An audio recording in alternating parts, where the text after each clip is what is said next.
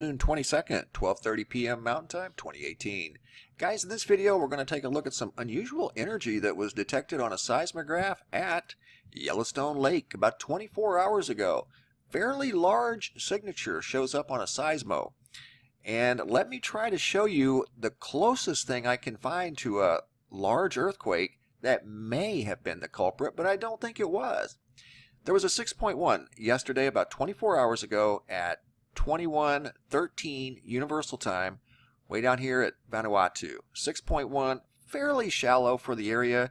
I mean, I've seen earthquakes down here 200-300 miles deep. So comparatively speaking, it's kind of shallow, but it was around 16 miles deep. Right next door are the Solomon Islands. The Solomon Islands just had a quake of 5.4 magnitude within the hour. So there's been a little bit of activity down here, but as of right now, that 6.1 is the biggest game in town.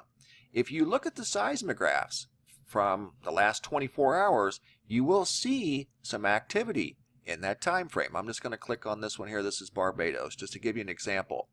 From 20 to 23, 40, 45, between 3 and 4 hours, you can see some activity was detected in Barbados at the seismograph.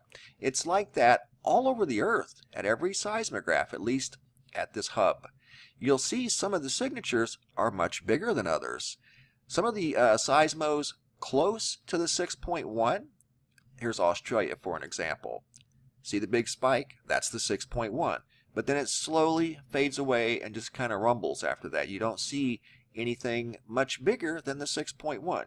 There are some other patterns that are kind of, at this point, an enigma, I guess.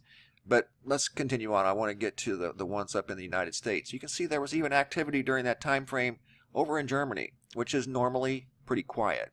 There's another place on here that's normally very quiet, and that's up in Norway. It's kind of unusual. Finland, of all places. I never see much activity like that, especially up in Finland. That's very unusual. Let me take you to Yellowstone Lake.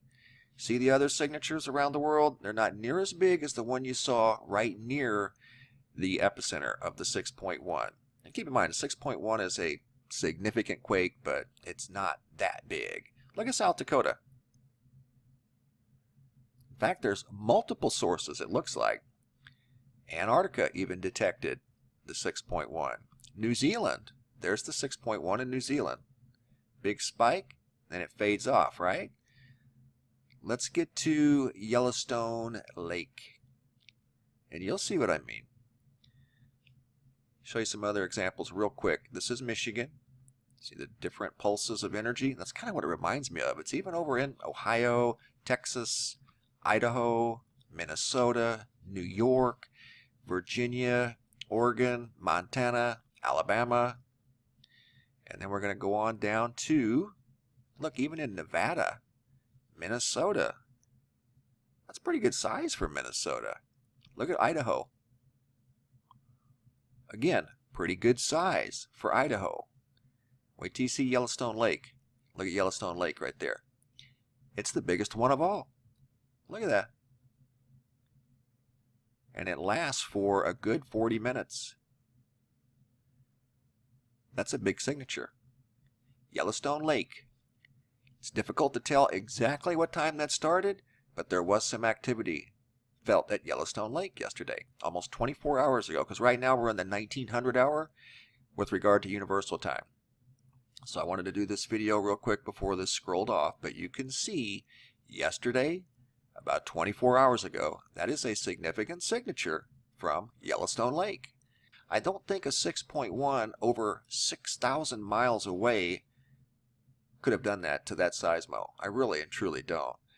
But right now, that's the biggest game in town, a 6.1 over 6,200 miles away. So what it was at this point, I don't know, guys. That something was felt around the world in that 4-hour time frame yesterday evening. But it seems like it showed up the strongest at Yellowstone Lake. Alright guys, that's all I got for now. Just wanted to share that with you before it scrolled off the graphs.